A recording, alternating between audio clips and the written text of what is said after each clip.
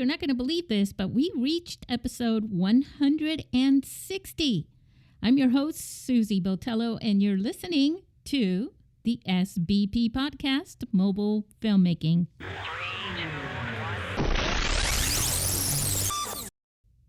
If you go to the internationalmobilefilmfestival.com website, did you know that there is a social page where we update you, usually me. I update you on things that are happening with the film festival, with the podcast, and few other little things like that.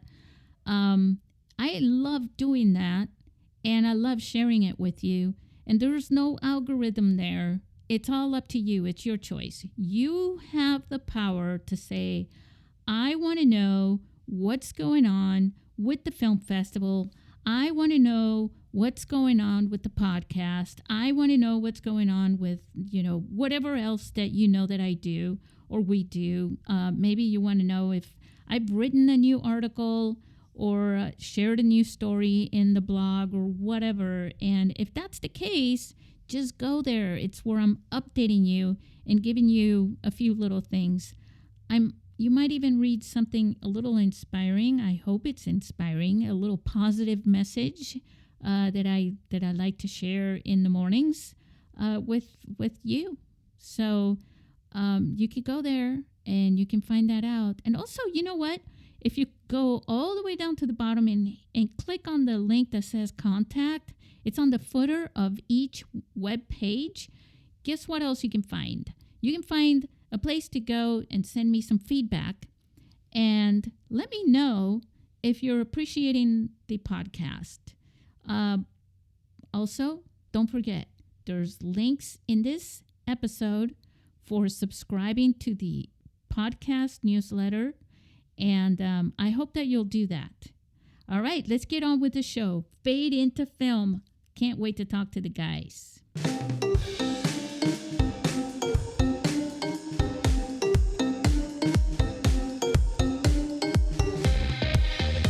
We are Fade into Film.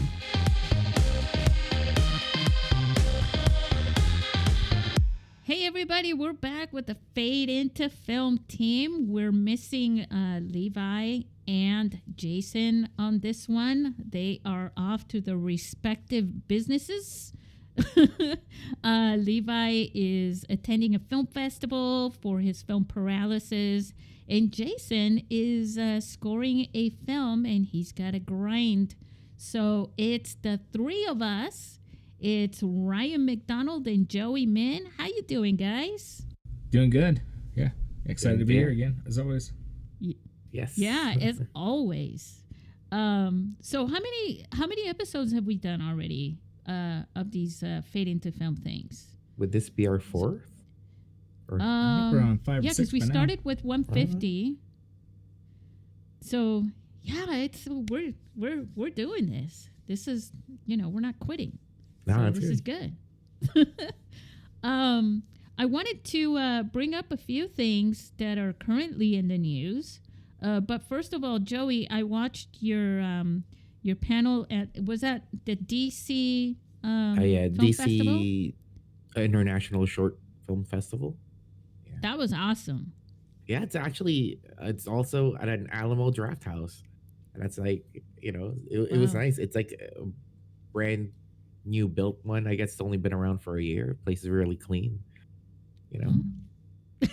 As opposed to the other film festivals, they're like a mess. I mean really, it's spick and shiny,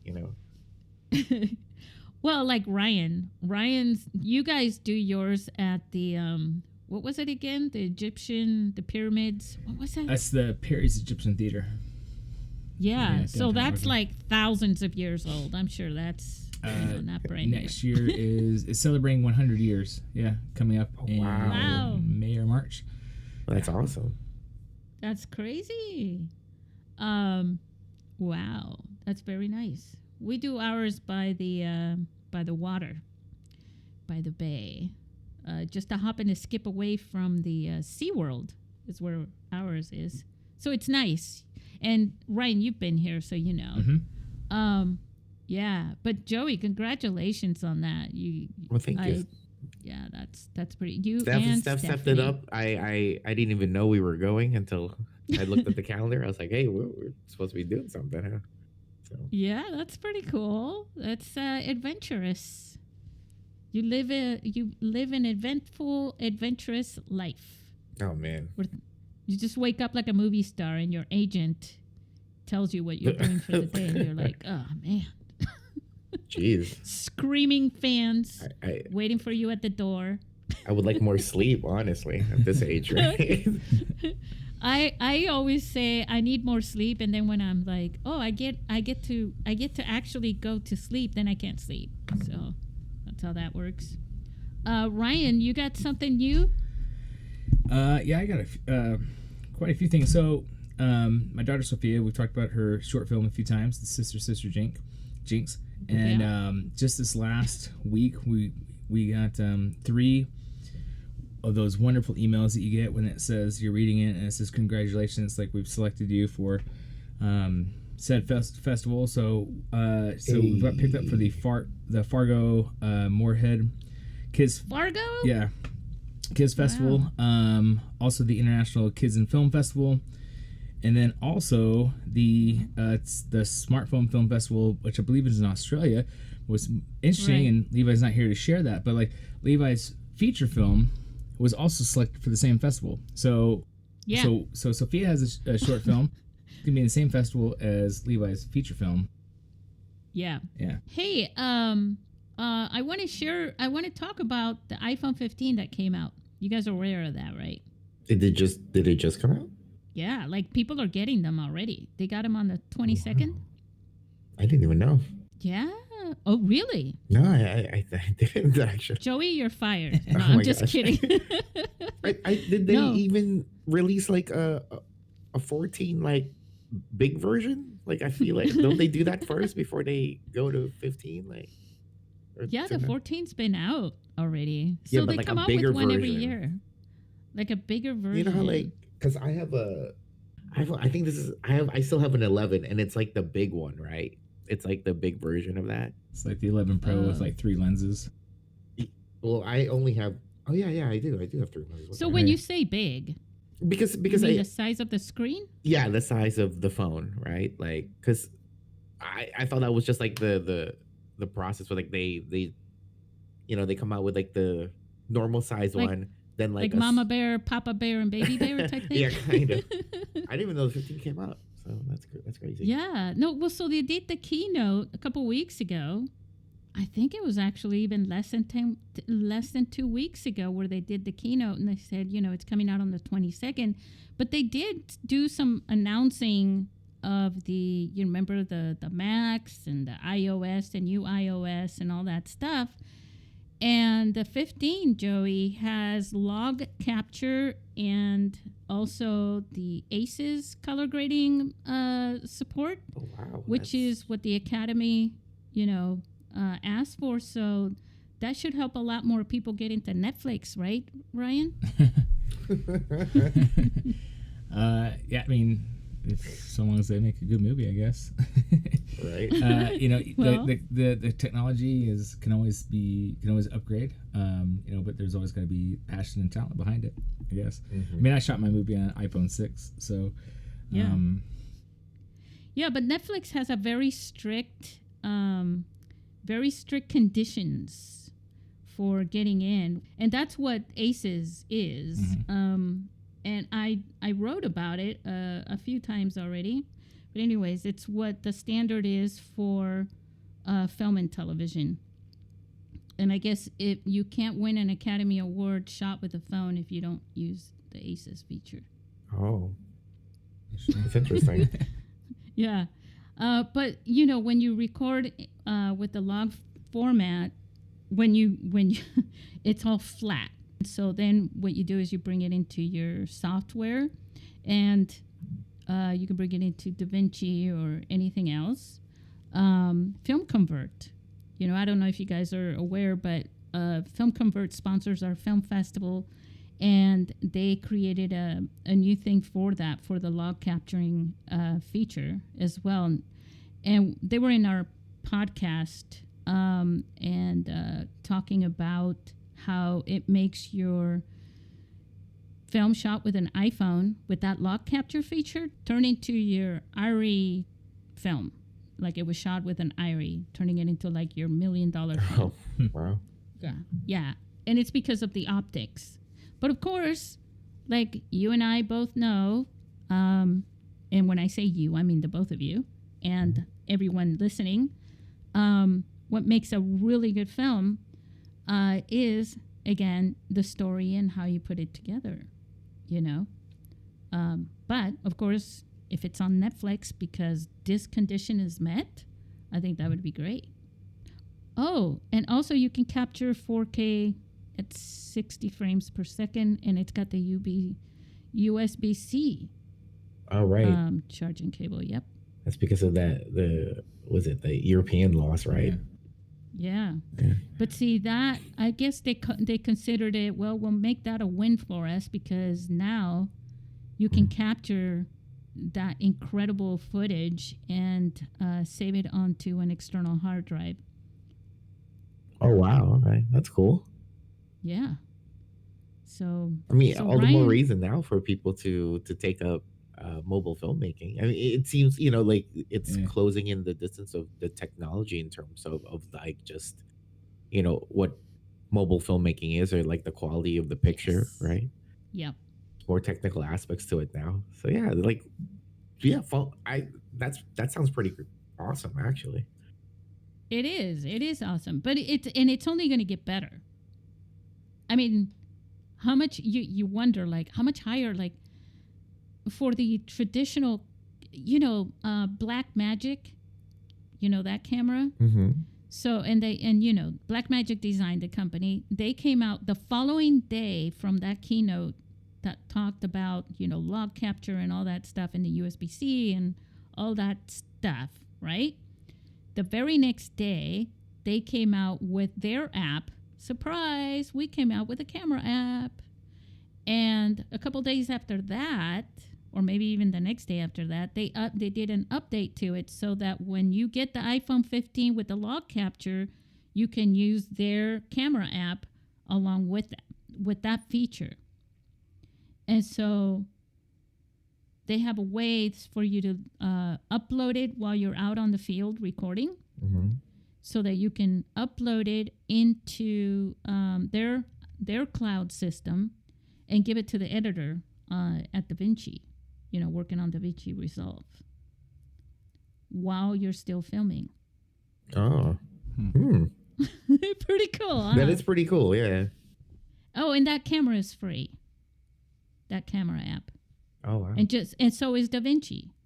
Oh, yeah, it's true. Yeah, DaVinci is free, right? So all you need now is just to buy the iPhone 15 Pro, the Pro or the Pro Max. But the Pro has the log capture and all that too. $2,600.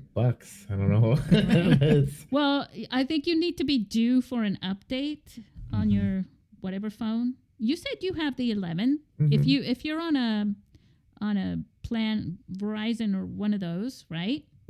I think it's like every 2 years that you're up for an upgrade. I don't know. They send me ads all the time. Hey, you want the new iPhone? It's like, yeah. Who wouldn't, right? No, I'm just kidding. There's a lot of people out there who have Androids, and that's the other thing. The Blackmagic Camera is not Android. It's not doing that. It doesn't have an Android version yet, and who knows how long it'll take them to do that. I was told by a developer a long time ago that iPhone makes it easier to create apps, whatever system they use for that. I am not an app developer, so I don't know. But some app developers said the reason they do that is because it's easier with the iPhone stuff than it is with the Android stuff. But that was a horrendously large number of years ago, and I'm sure things have changed. But I hope they do it also for the Androids, because if you're an Android user, that sucks. You're like, hey, I want that. I want the free camera, from Blackmagic, right? Yeah, I mean, sounds like, I mean, Interesting. very accessible now with everything. Mhm. So, yeah. Yeah. So are you planning on getting it, Ryan, to make your next film? That's a great question. I think that if so I remember a day when The iPhone 6S worked just fine. it did, yeah. I remember a day when I knew high school was coming up, and I'd already been told that there was video production classes that I could take, and so I saved up my money all summer long, and I bought a video camera that was like shot on those not the mini DV tapes, but like it's that like half size VHS tape, and you put it in the High eight? VHS like adapter, right? Yeah, High yeah. 8. Yeah, High yeah, 8. high 8. And so, it's easy for me to nostalgically look back, and maybe 30 years from now, somebody else will have the same story about how they were once on the iPhone 11 and upgraded to the 15, and it took them all summer long to save up their money or something like that. So, I still remember those days though, like buying my first camera, and then eventually I got a GL2, a Canon GL2, and that took the mini That's DV the camera tapes. I used to have. Yeah. The GL2. And I remember being in college, and I had a film professor. He was chatting about, like, we were talking about cell phones, and like they didn't have good camera apps on the cell phone, but it was like one of these days, like the thing in your pocket is going to be what you use for all your photography. And this is back when you go on vacation and you still have like just a camera that shot digital, Yeah. that you do like photography with. So, to be honest with you, I'm hesitant to upgrade just to upgrade, and I think it's better money spent to, like, if you have something coming up to shoot, and then all of a sudden you have to then you start buying all the lenses, but you don't have anything to shoot. And then, to be fair, like next year, the 16 is going to come out, right? And the 17 and beyond. And so, so me personally, I'm probably going to sit for a minute. But at the same time, it's like there was a time where I in 2019 when I was like, oh my gosh, I have to get the 11, have to get it because of all the features, and we're gonna film something. And then we went through this pandemic thingy. Recently I've shot a couple films with my iPhone 11 thing, but if you're just a teenage kid listening to this and you're going like, I have an 11, like I need a 15, I think you could just do the 11. Oh yeah, Go make a definitely, movie. right? The features on this one are a game changer though. This time, usually when you go from the 11 to the 13th, the XR, the 11th, the 12th, the 13th, the 14th, none of them have had what this has. And I think it also has to do, I think there's a connection between the lightning cable, which made things slower so that you couldn't add all these features to it. But I think the word on the street basically is for filmmakers.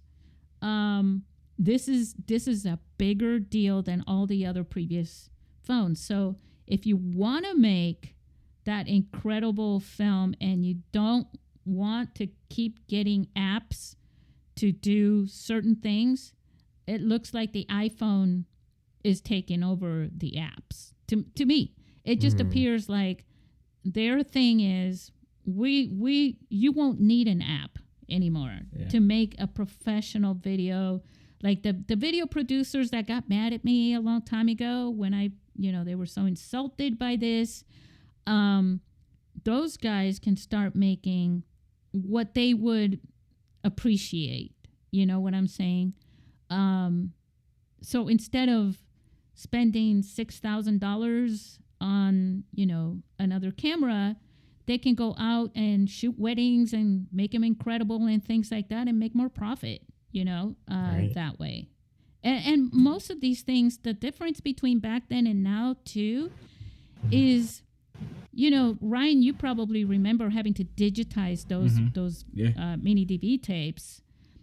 Oh, You yeah. don't have to do that with a phone, and they're going, not only are they easier to to edit with, but they're also easier to distribute because a lot of the stuff is online. You know, clients want their YouTube channel so that they can embed it on their websites, you know, their videos or Vimeo or something like that. But here's another thing. This is a great segue. Special effects do better with the higher quality, you know, video that you have. And Joey, Yes. you do some Matrix style.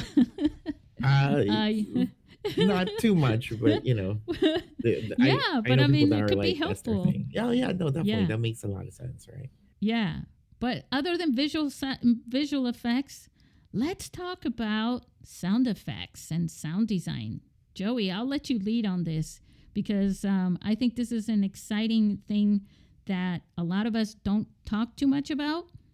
You can have a easier time with a phone, but what about sound design? Yeah, I guess that's the thing too. When we were filming that Zorro thing, when we did that a while back, while it's easy to just, you know, like kind of, you know, run and gun with filming on a phone, one of the biggest problems that we had since I had an iPhone 11 is that, you know, there isn't a lot of ways to make the sound good, or you know, like very crisp. So we had an external mic, obviously, and we were, I guess, we were just recording audio on that differently. But to have, I think sound is very important for like videos, right? Especially like sound design, right? So sometimes people will, I feel like more often people wouldn't mind seeing, like not good video, but you can't have not good audio.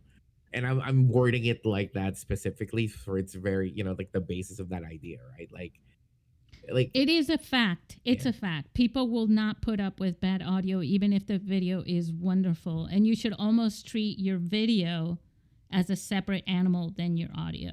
Right. So that's why, like, you know, sound design is very, very important. Like, because, like, obviously, since, like I said, iPhone 11, when I was using it, you know, it's not going to be as good as like a DSLR in terms of like certain things, right? So, but if I could get really clean audio, which I do a lot of sound design on my own, obviously for a lot of action stuff, you know, that's kind of very important. So like the swords clinking, and you know, since we had like since the whole idea was like low budget Zorro, and we had like we had like, you know, hobby horses or like stick horses, I had to find, you know, audio of horses. I had to like sample a lot of that to just give the whole thing a bit more of a feel. And I think that's the thing too, right? Like it's just everything about it. I was like, I had to, it's funny because like, you know, for that thing, I didn't know much about like flamenco music, you know, like, you know, Spanish music and stuff like that. I do. I grew up with that. So yeah, so working on that short film, I, you know, I was like really finding a lot of that flamenco style guitar, you know, and that's kind of hard to find nowadays, you know. So wow, really? in terms of something that had that feel of I guess for that swashbuckling style of action, you know. Yeah. Talk to all my parents' friends. that's what they do. My mom used to put on flamenco shows. Oh, and, wow. And my dad, he makes guitars and mostly classical guitars, you know, but he also plays flamenco. He's one of the okay, I'm going to show off here, guys. So basically, I grew up around the flamenco music, and my mom sang it. And they had some very professional, very good flamenco dancers. Not all flamenco people are great, especially in the United States. But there are a few that are very good. And my dad's flamenco was so good that people used to fight over having him play for them to sing. Oh, that's awesome. So, yeah. And I don't mean really fight. No, I mean, there was just a little blood. No, I'm just kidding. But yeah, flamenco is it's that stuff. And it's got its own, you know, energy. And so but if you're thinking about it for a film like what you guys were doing, now that I'm, going on and talking about it, I can totally understand what you mean, because some of it just kind of goes on.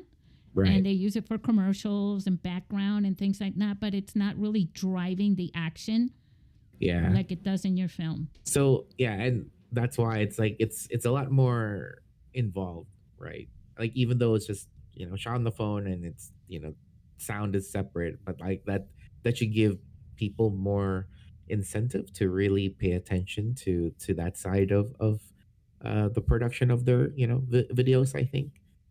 Yeah. It's worth it. And there's a thing about music and film also. And I'm sorry, Jason, that you're not here for this. But, we talk about the tempo, right? Ryan, Joey, the tempo and the rhythm of a film, especially during a particular scene. And music helps drive that, I think. I think it helps with the editing when you're editing to say, I want this and that and this and that. And you're splashing, Joey, you're a cook. You know what I'm talking about, right? Mm-hmm. There's a rhythm also to cooking, and a timing. Mm-hmm. Like breakfast. Breakfast is like the most, people don't think about it. You're just cooking eggs, but you're also cooking potatoes that take longer. And as soon as those eggs are done, you got to be ready with those potatoes have to be completely done, right? Before you can get the eggs going. And there's a timing thing, and you're just going from one thing to the other, and you got to get that right. Am I making you hungry yet, guys? But yeah, sound design is pretty big. Ryan, when you did your horror film, now everybody's getting, antsy over Halloween. When you did your wolf thing, mm-hmm. how did you use sound design? How much attention did you give it? Well, so I oftentimes kind of always just imagine the film without like a score at all. It's probably just because like budget wise, I'm not. That was before you met Jason. Yeah, I'm not factoring in like what I need to pay Jason to do it, right? But on in my film family that I work with, one of the other directors, cinematographer, Matt Johnson, and he's scored several of the other short films that I've been involved with. It's his band that is the like heavy rock metal band that's in like kind of death metal band that's in Married and Loving It. And so I was fortunate enough to where he put together within a few days a score for the Moon's Blood short film that I did, and he also has done some scores for other short films, like I said, that was a part of that we also shot on the iPhone. There's a series we did called The Replacement, and it's interesting again because I always imagine it without the sound, without the like music to it, because I'm thinking I'm not going to have that piece to it. The resource. Yeah, and then to hear the song that he puts together, and it's like, oh, like it's like the perfect marriage of those two things. And I oftentimes actually champion anytime I'm ever in a film's conversation about sound, I always try to like pinpoint moments where there was like a scene in a film where there was no sound, where there's like Hitchcock would do it, where there's just complete silence.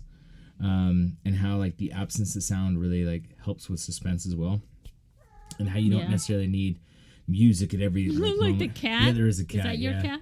Yeah, Leo the cat.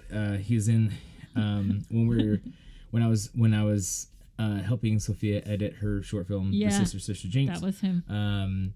The requirement was that any shot that had the cat in it was the take that we were going to use. So if he was in the background, that was the take that we used.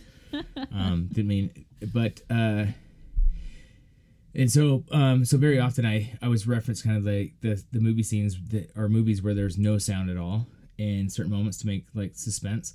But I mean, how do we also have that conversation without mentioning something like the opening of Drive, where like it's just the perfect song for that, like after the beginning heist part, right? And then it goes into the opening credits. or like Tangerine Dream. Wait, Driver, Baby Driver.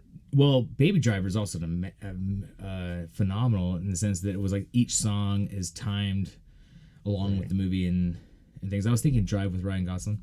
Yeah. But like Baby Driver is an amazing example as well, where the music was picked ahead of time, and then when they shot it, they purposely like keyed in the right moments, the right beats to beats with the songs, right? Or when, and Tarantino's obviously the best at it, where a song for a movie can almost change the scene completely. Pulp Fiction, one of the most famous scene to me, it's the one in the car when they blow up the guy's head and they're like, "What just happened?" But for a lot of people, it's the dance scene, with between Thurman and John Travolta, yeah, and so there's these. So as much as sometimes I go like, "Oh, sound is secondary," or I might say that sound is like, what do you do? Like, imagine like there's a foreign film, I think it's called Rafifi, I might be saying it wrong. There's a whole like 12-minute segment where they're trying to break into this bank and it's completely silent like the entire time, and it's really tense. But on the other spectrum of that, when you have a great song with a great scene, it is dynamite in a movie. It's epic. And I don't know about you guys. Sometimes I'll drive around with the soundtrack of a movie on. Like, you ever drive through town listening to like the Speed soundtrack or something? You'll get to where you're going. You'll be on time too. Yeah. No, I sometimes used to have the Mission Impossible theme going on in my head while I just do random, really normal things, just to make it exciting, like walking into the bank and dun dun dun dun dun. Yeah, I got Mission Impossible going on.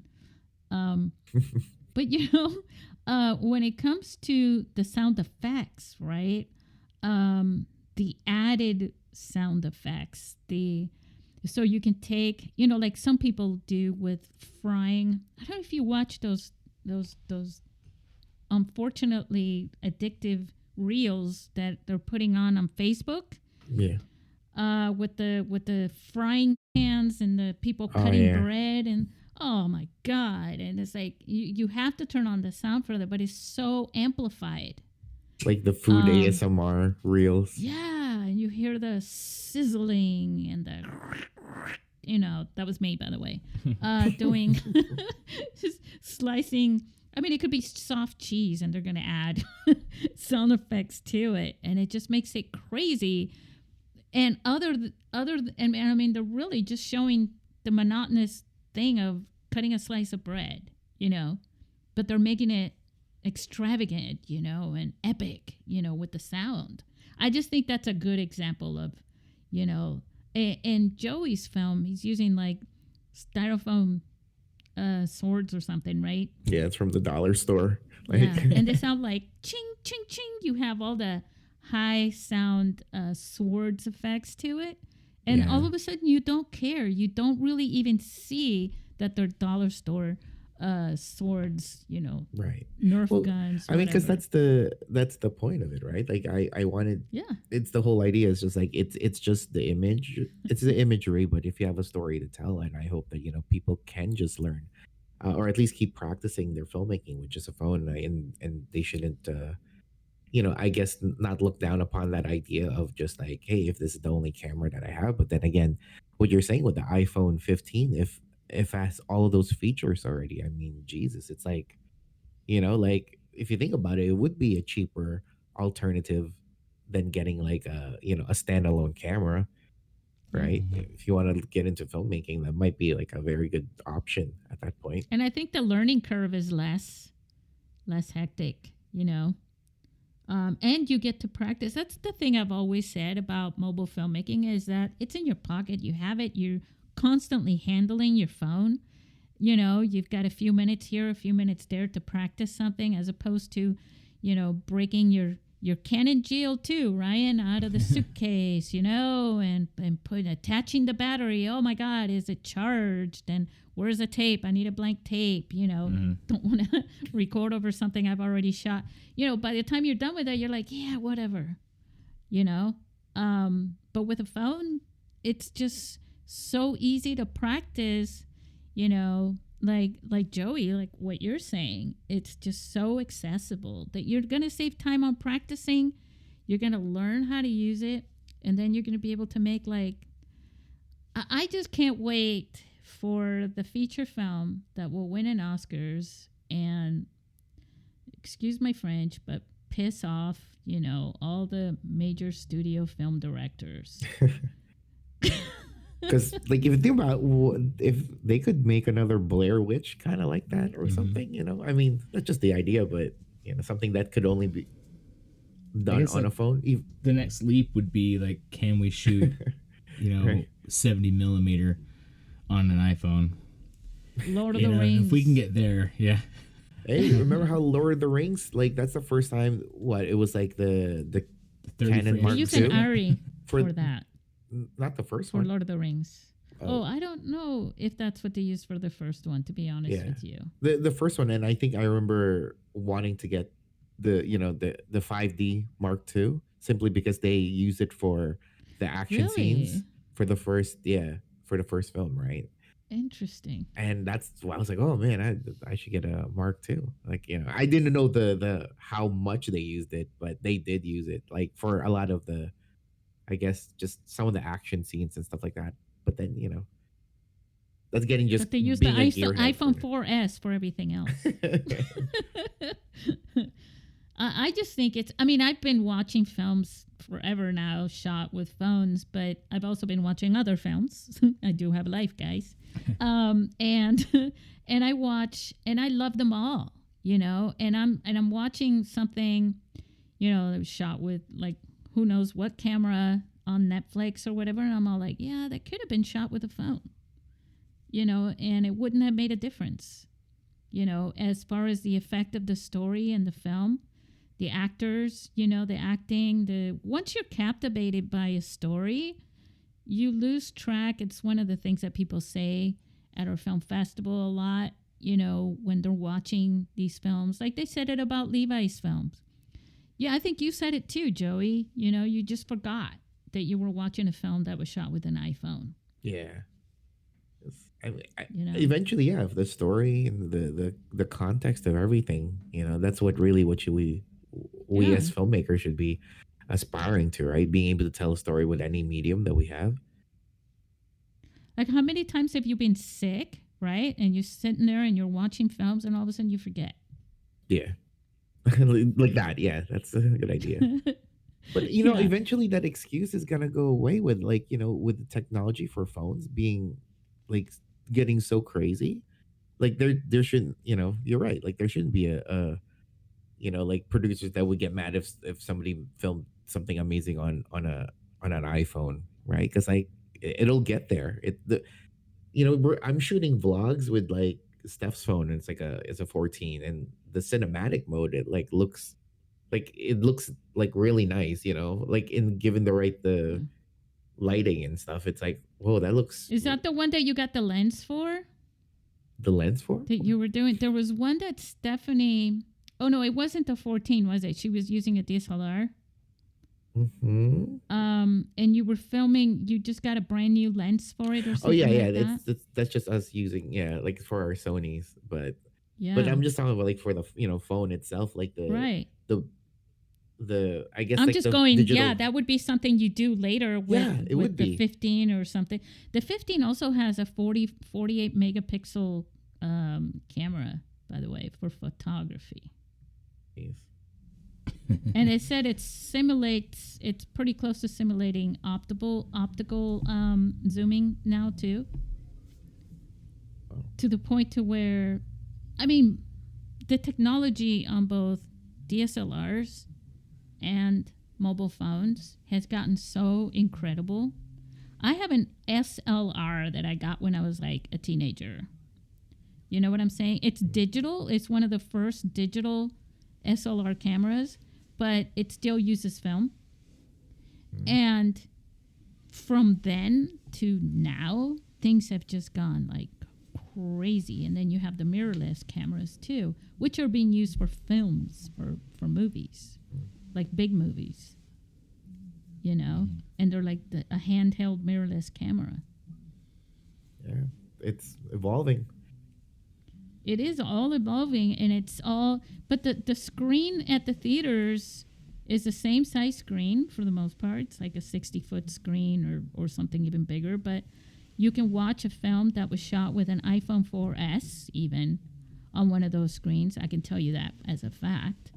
And it looks amazingly good, incredible, you know.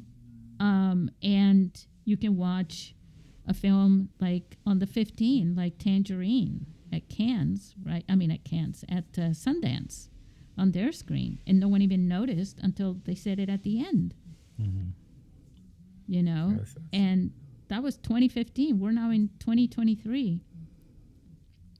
That was with a 5S, with an iPhone 5S. So that was 10 ago. Yeah, it's like, just imagine if like Aronofsky had like shot Pi with a phone instead of whatever he shot it with at the time. Yeah, and those films, see, and what holds those films up, I mean, nobody's looking at a film that was shot in 1947 and going, oh man, the depth of field on that sucks. You know what I mean? It's like those films are still around and people are watching them and learning from them, right? And inspiring people because of the story and what was accomplished, the creativity and the just like everything, the texture and all this other stuff. With the texture, and I'm not just talking about the film part of the texture, but the texture on the story itself as a film, you know? Yeah. What do you guys think about, wait, I had this one other question I wanted to ask you. Should we be color grading more now? Let's talk a little bit about those effects and color. Oh, I didn't know how to do it. I know Christopher Nolan. I need to stop abbreviating people's names as if I'm like friends with them. But Christopher Nolan, I think he Chris. Yeah. Well, sometimes I say like, oh, Bob De Niro, Sam Jackson. It's like I don't know these people. Like I need to slow it down. You know, Marty Scorsese.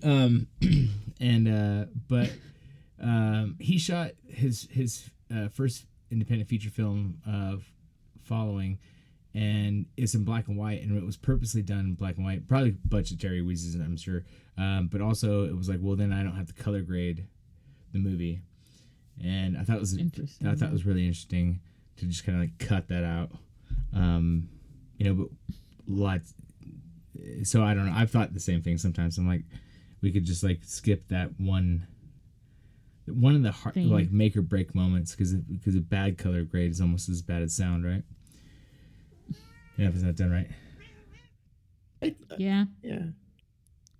I think it's something that people should just learn. I don't think it's too. It's part of the story. Yeah. You know, if you like, I guess it is that slope, right? Like, how much do you want to keep putting into the elements of your film, right? But we'll see. Yeah, and but that's kind of like, so production is a big deal. If you don't have the production, you can't have the post, right? You need the stuff. But right? see, the thing is though, that's why I still, you know, like, why I champion the idea of like filming on your phone, at least to have very good basics first, right? Because like color grading, sure, but I don't think that's as important as like learning how to, you know, block your subject, right? And you know, there's people that would just film stuff, and you know, they're jumping straight into like, oh, I'm making my feature, or like some crazy, like, you know, long short film. That's right. But they can't like, there's so much negative space that's not intentional. Like, it's not even like planned. You know what I mean? Like, I guess I have this thing where I call it the first film syndrome, when people think that, or people that never made a film before think that it's easy to make a film, and they don't realize like the minute details that just make like a simple shot happen is like, there's a lot already. What about this other aspect that also happens when you first make a film, and you're like, wow, look at the color, look at that yellow, oh my God, look how good that's sound. You're bringing in your friends to show them that 4-second clip or whatever. Right. Look how cool that is, and you start to do that, and you start to fall in love with that, and you start to, it's like super candy, right? Right. Super sweet. And then you forget about the story part. Yeah, and I mean that's when those people become tech heads, right? Yeah, Like that's true. I think like we like Steph and I, or we did this one project before, and it wasn't the best. I didn't like it, simply because like the person that we were working with, and it's not his fault. He was definitely a tech head, but this guy, he kind of had he wanted to shoot, and he knew the technical and the schematics of like how a camera works, but to actually shoot with it is it's another, like it's another thing, right? Like Yeah. he was a cam op with no direction, basically, right? Even though like I didn't really know that at the time before we worked with him. So stuff like that, like, yeah, like you could sure buy like very expensive camera, but if you don't even know how to shoot with it, like what's the point, right? Oh, there's so many bad. I've gone to film festivals with indie filmmakers, and I'm going, gee, what did you use as a founder for the mobile film festival? And I'm like, I could tell you there are 20 films shot with a phone by someone who's never even made a film before, who's just been dreaming about it and watching a ton of films like Ryan, right? And studying every aspect of it, gets a chance to do it, and they've practiced, but they've never actually completed a film before. And the first film that they completed was shot on a phone, and it was way better than all these people that have been shooting films, and they're like, just like, it's my $50,000 camera, so I'm sure it's good. Everything that comes out of it's going to be magically good. Yeah, actually, but don't you think magically delicious. I actually hate it quite a bit when I'm watching an indie film and it is like slick looking, like the coloring is great, and you can tell that it's kind of like what Joe was saying, like you can tell that they know technically what they're doing, but there's just no. It's just not interesting though, because they're not doing anything, like they're not pushing the medium in a way that like, there's not. You can okay, so it'd be like a horror film, right? But you can tell that they haven't watched a ton of horror films. Like they're not going deep into horror films and like referencing anything. You can't, like, I would much rather watch a film where I can go like, oh, you watched a lot of De Palma, and and it have the coloring suck, like, but at least I can go like, oh, that's just like Body Double, that's just like that. Like I much would rather have that than watch something where they think that they know horror, but really what they did, they just painted it really well.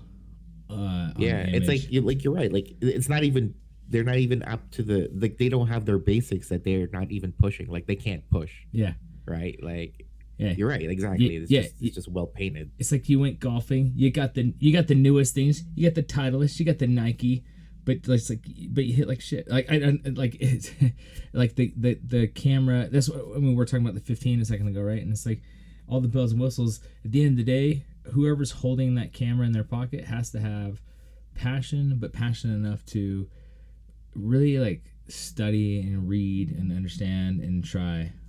But at the same time, I'm not saying that like I'm not knocking the people that just are the tech heads that just they can get to Sundance with their film because it because of what it is, and they're playing it safe. Like I'm not knocking that too. That makes a lot of sense. But yeah, like, but now I'm saying now in the current landscape of things, now that people can film stuff with their phones, that they don't have to risk that much money to tell like a story, just to practice, right? Like, hey, tell a story about your day, but in the best way that you can, right? And I think the reason what drives me with that is the wasted time that you spend, too much time,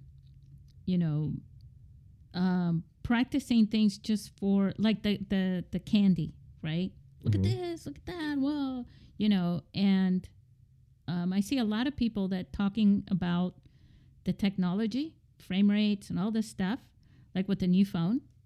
But I want those same people to get out there and start making movies. Right. You know, and I don't see that yet, you know, good movies, you know, good movies that they create, no bells and whistles. Your first feature film doesn't have to look like, you know, this big cinematic film. Your first short film doesn't need to look like that. It just needs to tell a good story. And I think you forget when you're creating a film that you can watch it too.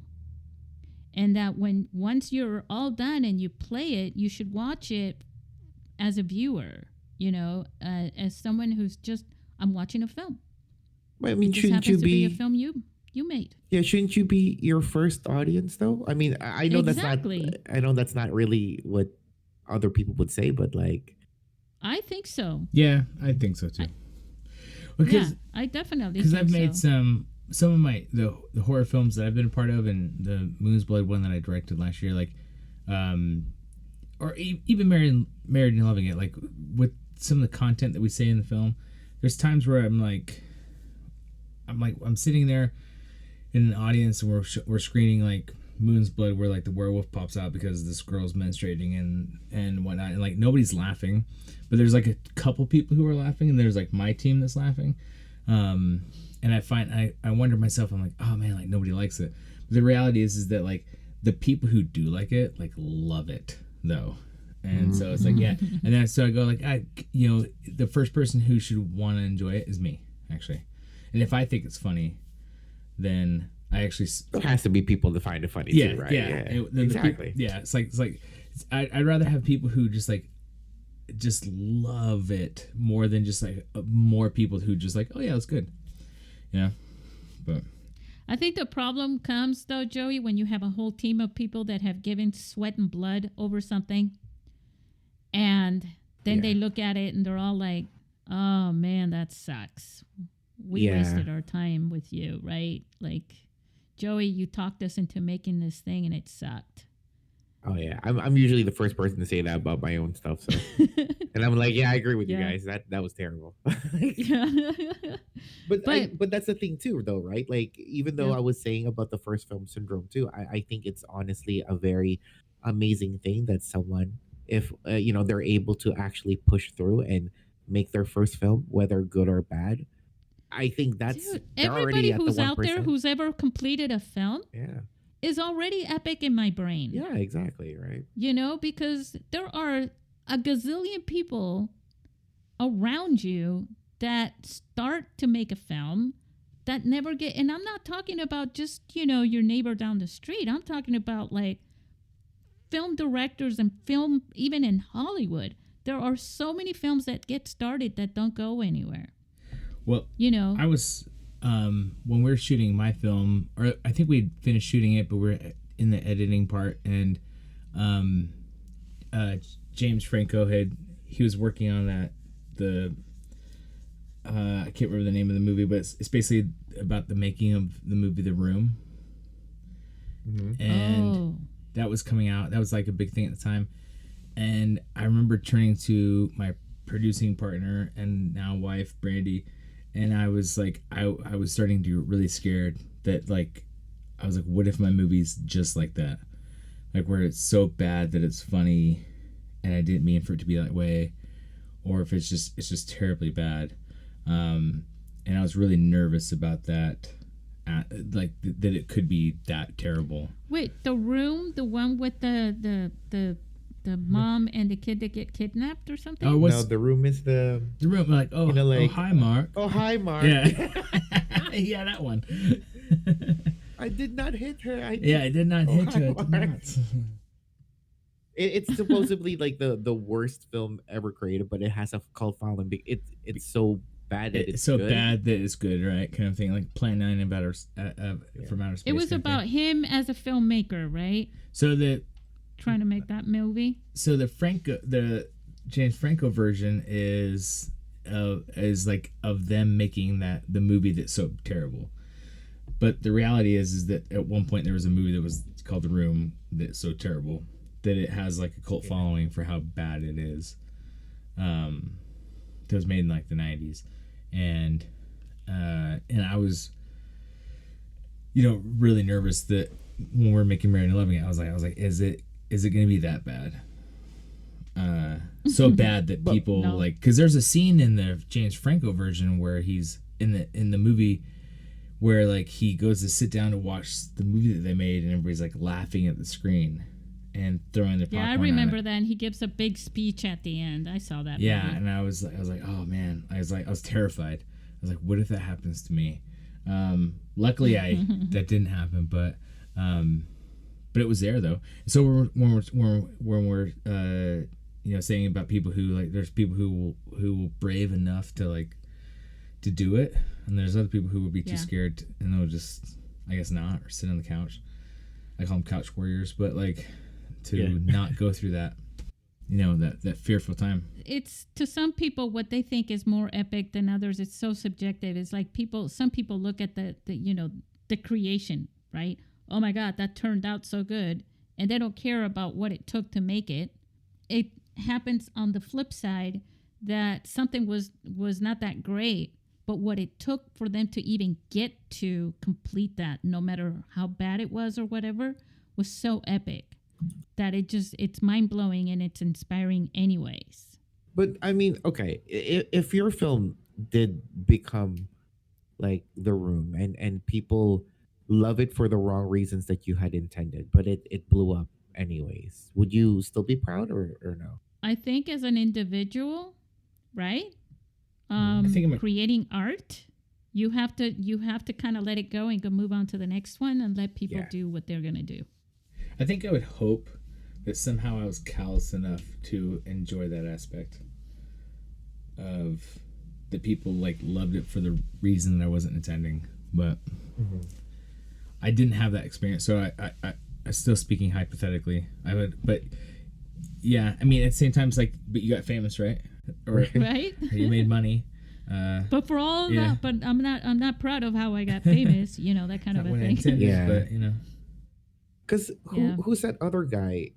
Like Neil Breen or something. I never seen his films. I've seen trailers and I've heard how he's kind of like that too, where it's like, like he makes really bad movies, but he kind of got big off of that, so he just kept on making movies.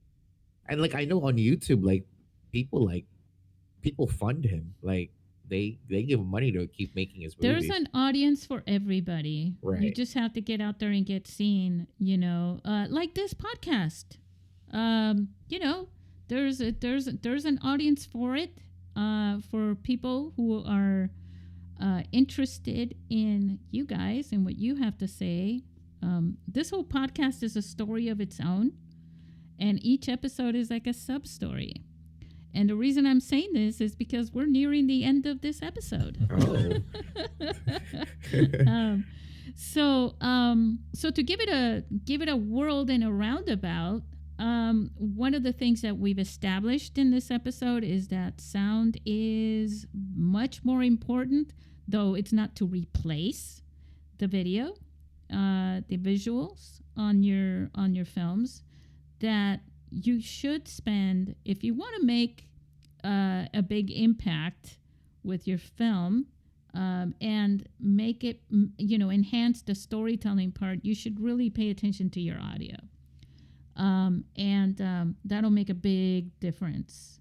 And you can always, of course, add great music and film scores to do that. But I think just capturing great audio is more important than even adding music, which is something that may not be a resource that you can afford at the time or whatever, right? The other thing that we also established, what else did we? Oh, also the 15. If you want to make a great film, get the 15. Otherwise, just keep making films with what you got. Watch Citizen Kane while you're signing your new T-Mobile contract. And also the Blackmagic app, the Cam app. I talked about it in the last episode too. just go download it. It's free. It's fun to play with something new. Obviously, there's already enough tutorials out there. Like a lot of free apps to go along with the 15, right? So yeah. I just think, yeah, that's the beauty of iPhone. There are more free apps in the iOS store than available for free, including the iMovie on your Mac. The Apple landscape, right? In the Apple world, they do give you a lot of opportunities to be creative before you have to spend $30,000 on your next piece of gear, like the new iMac. Jeez. Do everything on that phone, right? $2,600. So the technology's out there. Grab your friends. Take the weekend. Also, congratulations to the writers on the WGA. Looks like I don't know if it's solid yet, but hopefully it is. And I hope that SAG-AFTRA also gets their stuff done. Hope they get their takes advantage of anybody in this industry anymore. Yeah, there should be money for everybody, right? We should all be able to work and have a living, right? Well, if you're gonna work in this industry, you need the time to do it. It's very hard to be flipping burgers somewhere and working in the industry and practicing and getting your experience in it. Yeah.